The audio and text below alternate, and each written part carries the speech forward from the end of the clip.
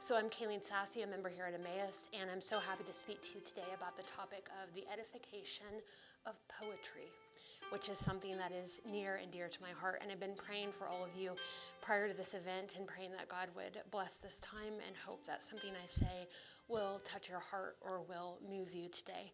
I've been writing since I was 4 or 5 years old, printing letters, and even from that time, starting to write rudimentary stories.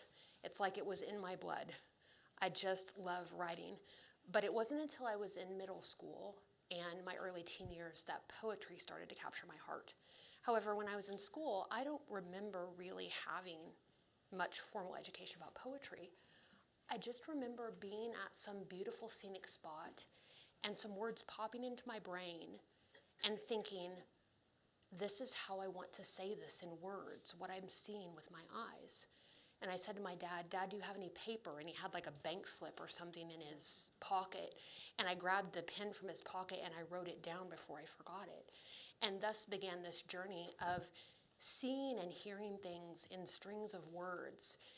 In high school, I learned a little bit about the technicality of poetry. But again, for the most part, nobody taught me anything. I just started doing it and learning as I went along and reading other people's poetry, kind of how I wanted to create my own. So today, I want to share with you about the thought of being edified by poetry, both by the poetry that we read, but then also if you ever want to try your own hand at writing poetry, and maybe some of you do, or you may like to, you think you'd like to, but you're not sure where to start. We're going to talk about both of those aspects a little bit. But first, the thought of edifying and what does it mean to be edified? Because we know that we want to put good things into our minds and our hearts, right? And poetry is one of those things that we can use to be edified in our mind, our heart, and our spirit. So what does the word say about edification? Well, I just looked at the word edification just in the online dictionary, just looking at that. And from the basic sense, the word edify means instruction or improvement of a person morally or intellectually. So morally improved, intellectually improved, these are great things. But then when I look to the word and I say, what does the word say about edification? 2 main scriptures came to mind. One was from Ephesians, put the reference there, Ephesians 25 through 32, chapter 4, verse 25 through 32, where Paul is talking about how we need to build each other up with the words that we speak. And in this case, I think also the words that we read and we write. We need to be kind and compassionate to each other. We need to forgive others. And we need to forgive others just as we've been forgiven by God through Christ. And we need to put off what is evil, and we need to cling to what is good. So that, in the spiritual sense, is the idea of edifying to build up or to be built up.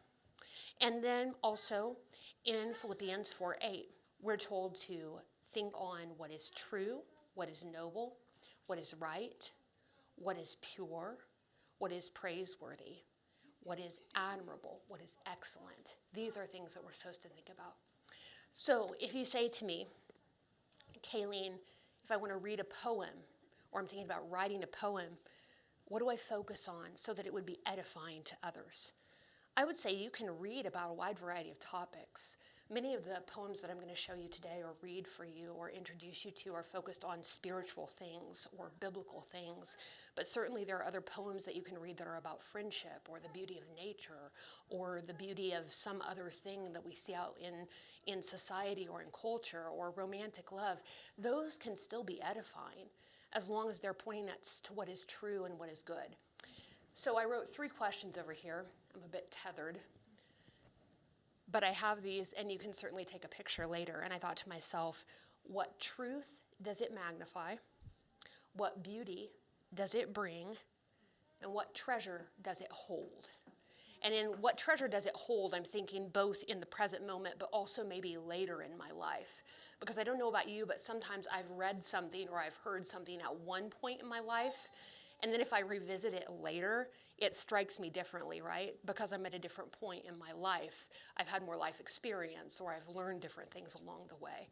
So if we ask ourselves, are these things leading me to Think on something good, think on something true, reflect on something meaningful, reflect on something beautiful, then I think that can be edifying, help to build us up in our spirits, in our relationship between us and God, in our relationship between us and other people, and even just in our own heart and the things that we talk to ourselves about. And say, am I telling myself good things? Am I telling myself edifying things? Or am I saying a lot of negative things in what my brain remunerates on? So I think those are good principles to live by in general. But again, when we think about poetry and we think about what we are reading and what we are intaking to our body, these are good things to think about when we think about what is edifying. So poetry.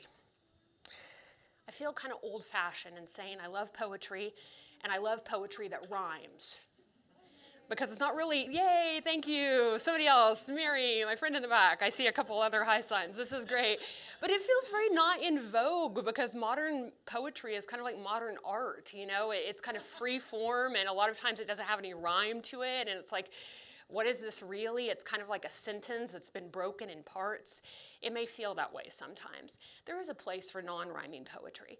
But poetry in general, you may say, well, what's the big deal about poetry? That's kind of old-fashioned. Nobody reads poetry anymore. But I encourage you to think about where you encounter poetry in your daily life. Certainly if you're reading scripture, if you're reading the Bible, if you're reading the Psalms, if you're reading Job, the songs that are interspersed throughout the Bible, that's all poetry. If you come to church and you sing hymns, that's poetry, typically. Lyrics of other songs. If you listen to songs that aren't just instrumental, those lyrics are a form of poetry. Specifically, rap music. Rap is a type of poetry set to a certain cadence, right? That's just one example of one subgenre of music. We have greeting cards. If you're like me and you like a good old-fashioned greeting card, there's often a nice little verse that's written in the card. That's a form of poetry that you may encounter. Social media. Some of the best poems that I've come across I'd never read before. Somebody will post an old poem by, I don't know, William Butler Yeats or somebody on there, and I thought, I've never read that poem before. That's a really wonderful poem. So I like to share those on my social media account. Many different books and writings will quote poems that have been written in years past. We have homeschool and educational materials. Kristen was telling me recently that she's been encountering a lot of neat poems in the textbooks that her kids have at home. So that's another place that you might find good poetry. And then devotional booklets or blogs that people have online. Sometimes you'll come across poems. So I would challenge you to think about poetry being all around you in your daily life, whether or not you ever sit down and take a book of poems and just read through it. It is a wonderful way to stop and pause and think about things in a way that you may not have thought about them before.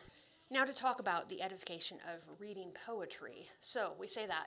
Do you know what you're reading? Do you know how to describe it? Do you know why you like it? If you hear something, why does it resonate with you? Why does it strike your heart? There are a few different terms that we can use, and not to belabor this, but if you've heard this in school or something before, great, it will be a review. If you're not familiar with these words, it will be a quick educative lesson. So we have what I call the aspects of poetry, and then what I call the forms of poetry. In aspects, I would talk about four main things. First one is rhyme. As we said, most poetry, especially of a certain age, has rhyme to it. But some of it is what we call perfect rhyme, such as cat, sat, bat, mat, and some of it is what I would call imperfect or near perfect rhyme. For example, tomb and comb, or cat and catch. Those are near perfect. It's not exact, but it still sounds good to your ear when they fall at the end of the line together, right? I really am a big fan of near perfect rhyme. I enjoy that in my own poetry that I write. It sounds different than just a very flat, even rhyme. I've got a handout that I gave to you today. And if you want to reference that at a few points throughout this, I'm going to read several of these poems for us as a part of this. And I'm going to actually skip the first part. We'll come back, don't worry. If you're sad that I'm going out of order, it's just because of formatting to fit it on the page. No problem. On the inside, left side, you'll see number 4, variations on providence. And what I've done for you on this one is I've written out the rhyme scheme. So you can see the end of the line A, B, C, B, D. That means these words rhyme with each other. And so as I'm reading this, you can kind of see how the different lines rhyme with each other and the way that they fall. So I'm going to read this one and you can follow along if you would like. Slaves no more, arrested yet, by lavish grace stopped in our tracks, when we embrace the hand that leads and lifts and calms and still corrects. Let us not fear a judgment fair when it would help us to believe that he who watches all our steps is master of both good and ill. Yes, he would teach us and prepare our humbled hearts to do his will. So this is an example of one of the poems that I've written, as are all of these on this paper. I will reference some others, but as I was talking with the ladies beforehand, I didn't want to overstep anything with any copyright anywhere, so I decided to read more of my own poetry today for the live readings. So you can see some examples in here of both perfect and near perfect rhyme in the rhyme scheme and how it went along. So we have rhyme, that's a part of most poetry. As I say, some poetry doesn't rhyme, but that is one aspect. Second part is lines and stanzas. You will see here the number of lines in this poem. You can count them, right? Now, in all of these poems, we have one stanza. That is like one group of lines. But sometimes you will see a poem that has several chunks, you might call it, and we call those stanzas. So when you have a longer poem, you refer to the stanza as the bigger part, and then, of course, the lines within the stanza. And then the third part is meter or rhythm. So you could hear, I think, as I was reading that, a certain rhythm to my words, right? Like if I wanted to write music to it, I almost could, and it could be sung, potentially. So some poems that are very freeform don't have a regular sense of rhythm in the line, but many of them, even if they don't rhyme, they still have a certain sense of rhythm. So as you're going along, you will feel that rhythm if you are to read it aloud. That's part of what makes a good poem in my mind, is because you can feel that rhythm as you read. And then we have word choice. So part of what makes a poem is economy. What I mean by that is, oftentimes you will take a big idea and you will fit it into a smaller amount of words. So you read a small set of words and you have a big image that comes into your brain. And that can be done with a limited amount of well-selected words. It can also be done with symbolism. Sometimes inside of a poem, we will see certain things stand for something else. There's a tree in the poem, but it represents the stages of life, or whatever the case may be. So that symbol represents something else. And then finally, deeper layered meaning that is attainable to the reader somehow. I've read poems before where I think, well, they strung a bunch of words together, but I read that and I don't know what they were really going for. But I read this poem, and as I finished, I heard several people around the room kind of going, huh. Because there's something about it that strikes you. Now, how did it strike Morgan's mind versus Lisa's mind versus, Colleen's mind? It might have struck your minds differently, or it might have been similar. We don't know, but it strikes you in a certain way. And as I say, maybe today it strikes you a certain way, and maybe tomorrow or 2 years from now, if you read it again, it will strike you differently. So there's some deeper meaning that kind of reaches in and touches you, and it may be a happy feeling, a sad feeling, a reflective feeling, maybe even something you can't put your finger on exactly, but it touches you deeply. And that, to me, is a mark of a good poem. Now, I will say that sometimes a whole poem may not do that for me, but there may be one or two lines that really grip me, and that is also a very common experience, I think. So those are some of the different aspects of poetry. Let me give you a couple more quick examples about that economy of words. On the front side, I've put two very short poems here for you so I can show you an example of this, not only in English, but in other languages too. Later I'll talk about forms of poetry, and you may have heard of a Japanese form called the haiku, because that's very popular. Many people have also written haiku in English. But the haiku is a very limited set of characters and words, and you're going for a deep meaning in that, right? So in different languages, we also look at the economy of words and trying to write a short number of words, but then write this big meaning. I've given an example here in Chinese. Some of you are aware that I lived in China for a number of years, and I learned some Chinese, and so I ended up writing this poem among a few others I've written in Chinese. It's very, very short. Most Chinese poems aren't quite this short, but they usually are a very limited number of characters to express a big picture, a big idea. And I'll read it for you in Chinese, and then I'll read my English translation of the same. I call this the gospel in a nutshell. In the Chinese, I would read, 圣诞受难虽然恩典. And the English I translated as, because of his humble birth and his terrible suffering on earth, this sinner can lift up her face to taste the sweetness of grace. I love these characters because to me, I know that there's so much more in the Bible than that, but that really encapsulates the gospel for me. And I love the way that the Chinese flows, and I love the way that the English flows. So here we have a very big meaning in a very small set of words. Likewise, down below, I have this poem called My Friend Truth Speaker. I wrote this about 10 years ago for a situation where I had been mentored by a lady, and she was a dear sister, and I appreciate the time that she put into me. But near the end of our mentoring relationship, there were some things that she had to say to me that were very difficult to hear. And I needed to hear them, but it was painful at the time. But upon reflection, I ended up writing this short poem because I was thankful for the truth that she had spoken to me. And so I wrote, your mouth a knife, your words the blade, smooth like jade, sharp and plain, cutting clean away the cancer again. I have lost and gained because you are in my life. Thank you. And I did. I lost what I needed to lose because something needed to be cut away.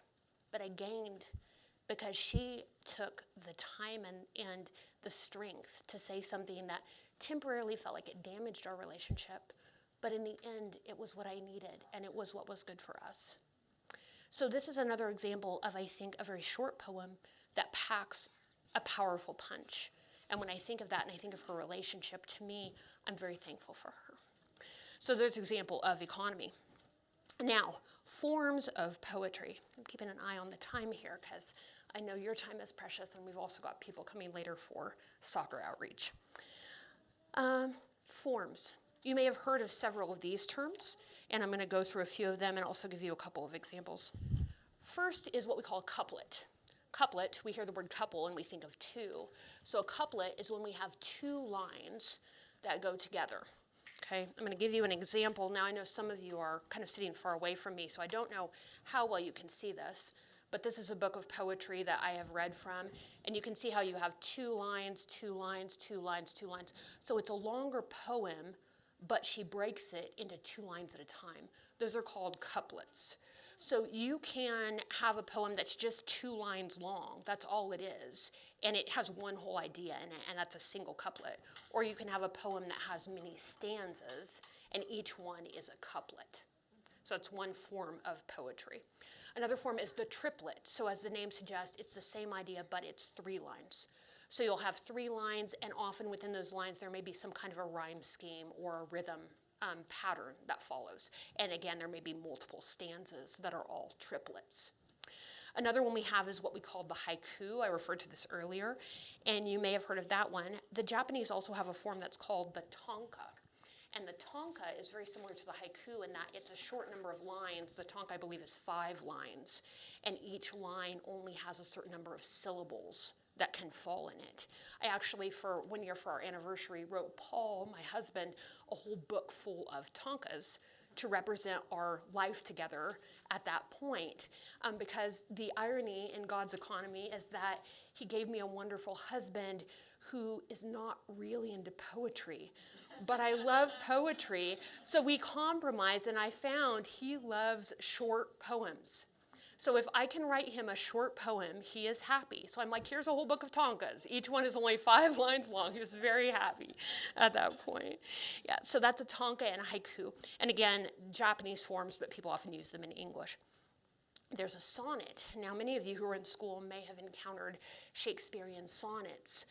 Shakespeare, of course, was a master of sonnets, but there were many other people, especially in the Romance era, who wrote sonnets. Sonnets always have 14 lines, always. Now, they have a couple of different rhythm patterns or schemes, we say, but they always have 14 lines, and they also have different rhyme schemes at the end. I've got a sample of a sonnet here for you. Again, if you go to the inside of your handout, and number 3, this is called On Rescuing. Paul, speaking of, we were at home one day, and he said to me, Kaylene, would you, how fast can you write a poem? And I said, well, try me. So he went off to take care of something small around the house. He kind of gave me an idea. And he came back 10 or 15 minutes later, and I had this drafted. I just written it out on a paper, and there were a couple of little crossed out words, and it was done. And he was so surprised. And I said, well, this is just the way that my brain thinks. So I'm going to read this one for you again. You can follow along if you like. Again, listen to that rhythm. We call it iambic pentameter. That's the big fancy word. And you can follow the rhyme scheme at the end for yourself. The scars I bear upon this weary heart were formed by tearing of a lion's claws. By taint and choice, each weakness left a mark, and I was left suspended in death's jaws, until my Jesus came to bridge the gap, and reached out mighty arms to bear my load, and reached out mighty hands to form a path upon which grace could make its presence known. Now I have found a healing deepest true, and I have found forgiveness so complete, and I have found a friend so rightly who keeps me in places safe and humble sweet. I cast my many cares upon the one who will stay faithful till my days are done. So if you'd like later, you can take this back and read 1 Peter 5 again and see how it lays out with the thoughts through that chapter, the first part of the chapter. So Paul was blown away, and I had a good time writing this poem, so it was a win-win situation. Now, again, we think about some other forms, a couple of examples, and I'll read a couple more examples, and I'll give you some quick ideas about other poems you might read before I go to the last section briefly. There's something called a mirror poem. A mirror poem may also be called a palindrome or a specular poem. That's where we start with something at the beginning and we work our way down and then back out again, almost like a reflection in a pool. If you flip your paper over, or if you look at the other side of the inside, this side, on number 5, the poem for Good Friday. I'll read this one for you. And this is an example of a mirror poem. Look how what I start with in the beginning and the rhyme and the length of lines and everything kind of reflects each other. My soul, all blistered sore, was lost, bewildered, alone. It looked up to gaze upon the beaten, broken body, that face twisted, one abandoned. History's far most solitary sacrifice, justice price, time's great revolutionary, his life lifted, my heart ransomed, my sinful core redeemed. But even then he was not done. He breathed again and showed death's lasting stings no more. So you can see how the length of lines kind of mirrors itself, and then if you follow back later, you can see how the rhyme scheme kind of goes from first line to last line, second to first line, second to last line. It mirrors itself. I like mirror poems very much. I've been playing around with them the last few years more, and I enjoy them. It's kind of a fun challenge to try to get both aspects in there. It can be a mirroring of length or a mirroring of line style as well. And then there's free-form abstract poetry. I'm going to read you one example of that really quickly. This was a booklet that I published a couple years ago. It's a collection of poems that are all inspired by the book of Exodus and the people of Israel and what they went through in the book of Exodus. And I'd like to read one of those for you. This is reflective of Exodus chapter 1 into chapter 2, where the Hebrew midwives made the choice to protect the babies of the Israelites and not kill them according to the edict of the king. And so in my book, it's called Exodus 2. Now, this is a free-form poem, so if you are to see it, you'll know it doesn't really have a rhyme scheme, and it's just in 3 stanzas, but I had a purpose for breaking the lines where I did. Someone chose life for me when I was too small and fragile to do anything but suckle and mew. Someone shielded my life from the angel of death again and again and again. Delivered to deliver the theme of every life's plot. Loved to love the theme of every best choice. Some of our stories only show the saving of a few. Others show the saving of a multitude. Still, are you not glad that each has been written, that each was worth keeping and living? Someone chose life for you when you were too broken and blind to do anything but crumble and weep. Someone shielded your life from the angel of death that you might choose to live again. So this is just an abstract poem in the idea that it has rhymes throughout, but it doesn't have an exact rhyme scheme. But I'm not the master of all poets, but this is the kind of free-form poetry I like. Sometimes it just feels like a string of words that has no meaning. I like it where there's a richer meaning that's tied in. A few other poems that we have over here that I just want to mention, and I'll leave this up here when I finish. You can feel free to take a photo of this list if you'd like to. The ones that are in quotes are the actual names of poems or songs that I really like the poetry or the lyrics to. It's very rich to me. There are a few that are underlined, and those are books. I have this one that is a collection by a cousin of a friend of mine. It's an Advent devotional, and she takes different poems that she's written, and she has the devotional thought and the scripture that go with them. It's a very unique book. And then I'll put these up here if you want to look at these afterwards as well. The Misery of Job and the Mercy of God is an epic poem by John Piper. I say it's epic because this whole book is one poem, as John Piper is wont to do. He loves to wax eloquent about scripture, but it's very beautiful. He's broken it into 4 long chunks, and it makes you think about the book of Job differently. Book of Virtues is another one some of you may have on your shelf at home. There's some good poetry sprinkled throughout here. And there are many, many others. I wouldn't have time to share with you all of the poets and poetry that I have loved over the years. So that's something about reading poetry and the edification of reading poetry. And I just have a couple words to say about the edification of writing poetry as I'm starting to wrap up here. I think in poems. I love poems. I have not physically birthed a child myself, but if I were to compare to you how I think of writing a book like a novel or the memoir I released, when I think about writing a book, it's like my cousin Melissa, who went to have her first baby, and she told me later she had 36 hours of hard labor.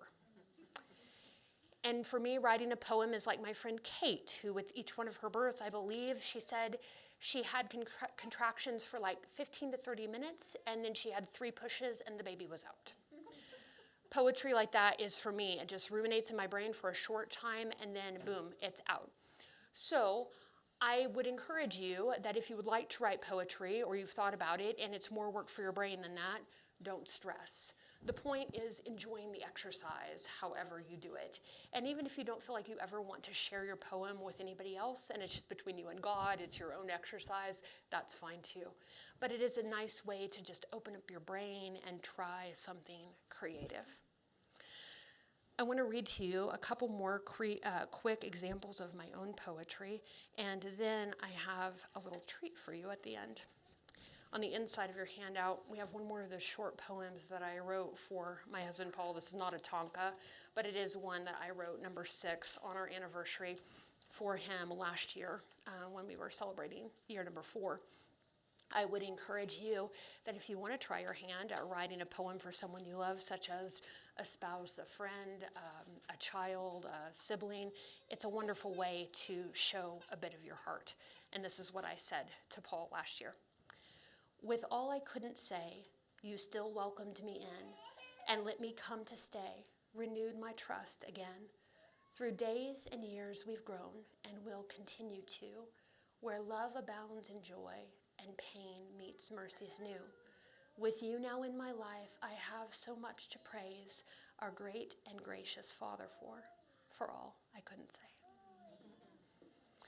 Yes, so he was very happy again that it was a short poem, but it encapsulated what I wanted to say to him and how much I wanted to thank God for him as I celebrated our anniversary. Then I have one that is not on your paper, but I just feel the desire that I wanted to read it to you because a number of people in this room know our good friends Justin and Kyla, who got married last year. And I wanted to give them something, and so I wrote a poem for them, and I ended up doing artwork around the edge of it, like an artistic piece, and framing it as a gift. This is an untitled poem. Maybe you could think of a poem with, or a poem's title with me later, but I gave this to them as their wedding gift, so I'd like to read that for you. This small ship will leave a harbor with just 2 of us aboard, setting sail into the unknown, a new sea to be our home. Let us now invite to join us a great captain as our third, the true King of love, our Jesus, he whose calling we have heard. Little hearts may come to join us, cherished ones will come and go. Winds both fair and black and stormy will with hope and sorrow blow. Let us hold on to each other, and our captain mighty strong, till he brings us to the harbor where he's led us all along. It was a delight to write that for them and give it to them as I prayed for them as they started their union together. So that's another way that if you ever want to try your hand at poetry, it can be really meaningful if you have something you want to share with others for a special occasion in their life or to mark a holiday or something. That can be a wonderful way to share that with them. Now, as we wrap up, I've got 2 gifts for you. First one is I've brought some extra copies of this today. And I would like to gift each family unit with a complimentary copy. If you would like to purchase other copies at a later time, they will be for sale for $5. And you'd be welcome to let me know if you want to give one to a friend or something like that. But I would like to do that for you today. So if you want to come up afterward, I might be happy to give one to each family unit, okay? Yeah. And if you're a single, you're a family unit too. Yes, and so I hope that you'll enjoy this and you can use it as a devotional and something that will edify. And then secondly, I wrote something for you. On the back of your paper here, you'll see a poem in 4 stanzas, which are really lyrics to music. When I was growing up, I watched a movie called Beaches. It is a story about 2 friends. Some may say some parts of the movie are not the most edifying in the spiritual sense, but the story of their friendship is really wonderful. And in the movie, at the end of the soundtrack, there's a little instrumental piece. It's just a piano piece. It's very simple. It's called the Friendship Theme. It's a beautiful little piece of piano music. You can look it up on YouTube, the Friendship Theme for Beaches, and you can listen to it. I'm not going to sing this to you to music today from the recording because the recording of the piano piece is higher than I feel comfortable singing to. But I am going to sing it for you instead of just reading it to you because I want you to hear a semblance of the tune with the song. And I want to say several sisters at Emmaus have been this for me, and I hope that I might be this for somebody else. But I hope that you know that when you share with other people, when you listen, when you admonish lovingly, when you pray for each other, and when you encourage each other to be real, that is such a tremendous gift, and I want to encourage you to keep doing it. So now I'd like to sing this for you as we wrap up, and you can follow, again, if you'd like to, on your paper. Hard was the ground that I hit when I've fallen. Cold was the night when I've cried in the darkness. Storms have swept in and left damage unspoken, carrying burdens only I've known. And then there was a light in my heart that you prayed for. There was a shedding of tears that you stayed for. There was a smile you shared with me so freely.